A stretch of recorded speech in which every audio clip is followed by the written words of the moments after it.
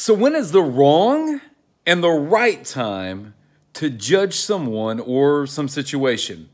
Hey everybody, I'm Travis with ThinkKnowLive.Media, and that is the question today.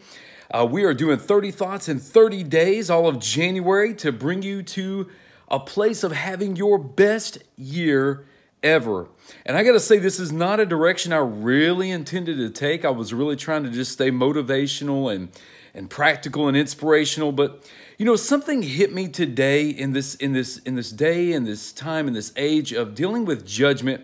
And so I believe that learning this skill will help you this year to have the best year when it comes to your relationships, whether they're personal, whether it's in your marriage, with your kids, with your friends, with your family, with your coworkers, with your business context.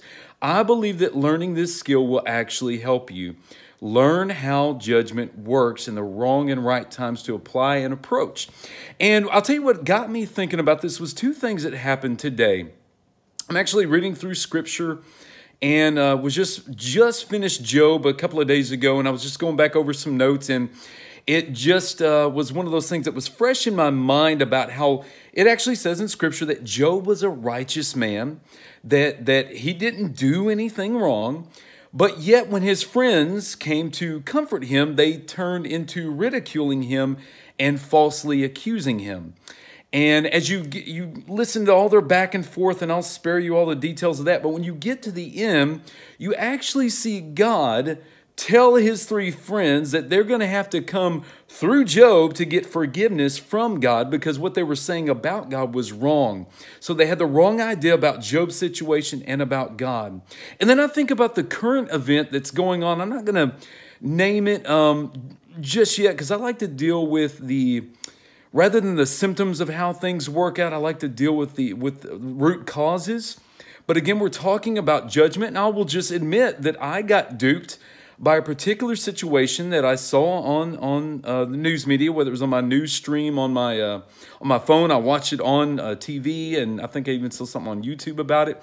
And initially, I will say I even got duped myself into the situation and taking a side until I learned more about it and saw more details come out and more things be revealed about the bigger circumstances surrounding that particular situation.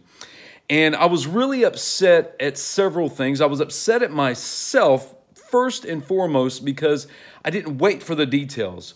I was upset because I felt lied to, I felt tricked, and I was upset because I didn't do the thing that I'm really here with Think Know Live Media to do. The first call and the first point of Think Know Live is to think clearly, to clearly think about what it is you believe about any circumstance and why it is you believe it.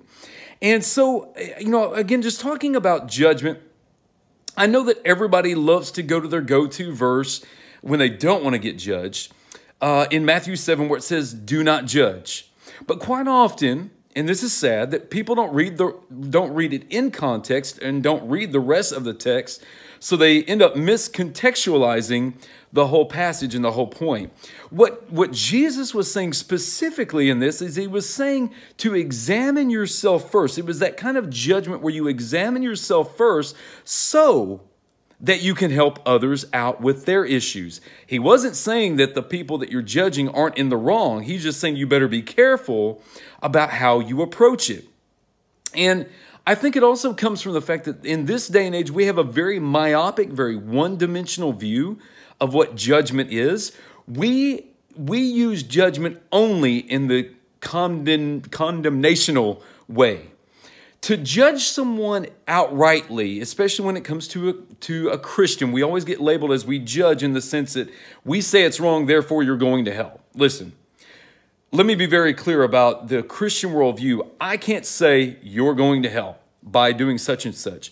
What I can do is show you, hey, if you're going to align yourself with Scripture, here's where you're getting it wrong. Here's where Scripture is showing that, yeah, you're getting it wrong. Here's how you get it right. Here's how you stay right. That is, by the way, 2 Timothy 3:16. That is the whole nuts and bolts of that Scripture is what it's telling us. It's for proof, for correction, for instruction in ways of righteousness. And so we want to be very, very mindful those things that judgment is, when we say judgment, that it doesn't become one-dimensional or myopic or just single-focused in view.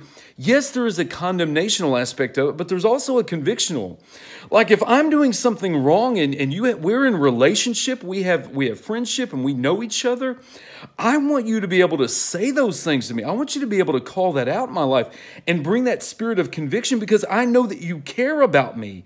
It's not coming across, and I know your heart that you don't mean it to be a holier than thou, but you're saying, dude, you're messing up. You need to get straightened back out. And so you have the condemnational, which is the ultimate, and you have conviction, which is something that comes from a relational, and then you have examination. We talk, I think was it Aristotle or Plato that talked about the unexamined life is not worth living.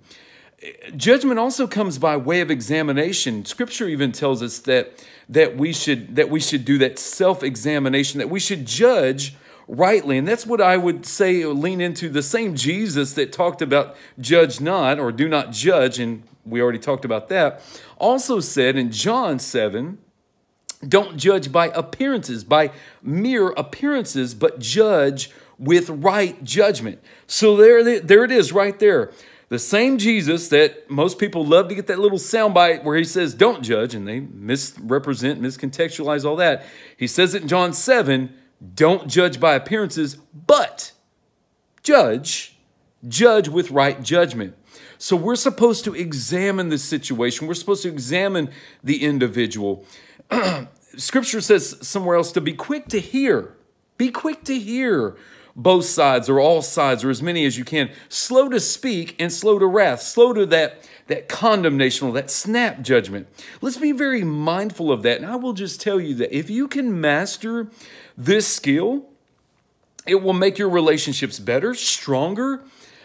You will be able to gain trust with people that you disagree with. And so long as they're willing to be that same person. It'll be better for your family. It'll be better for your business. It'll be better for you, for your blood pressure, if you will master this. Now listen, this is one of the places where I have to constantly work on. So I'm just going to tell you right now, again, chief of all sinners, I'm not coming to you as holier than thou. This isn't condemnation. This is conviction and an examination. Like I'm examining my own heart as I'm going through this material myself and this content, and as I'm speaking this and as I studied on this. And I'm also challenging you to do the same yourself. Be quick to hear, slow to speak, slow to wrath. But yes, we all have to judge it, but judge. Don't judge by appearances, but judge. And judge righteously and judge the right way. Think through it. You've got to think clearly. I've done another video on how to think clearly and how to deal with tough conversations. Go back in my archives on my YouTube channel and you'll be able to find that.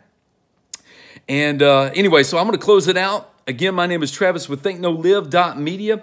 We're here to help you do 3 things. That's to clearly think about what it is you believe and why you believe it. We're here to help you know the God who loves you, know what He says, know truly what He says about you and about Himself, and then also to fully live out that life that He's called out for you. Hey, however you're listening to this or watching this, whether it's on YouTube, Instagram, or Facebook, please do me a favor. Share, subscribe, like, follow, whatever the platform allows so that we can help more people, reach more people with this type of content. And it also helps notify you whenever we post up new stuff. We'll see you again next time.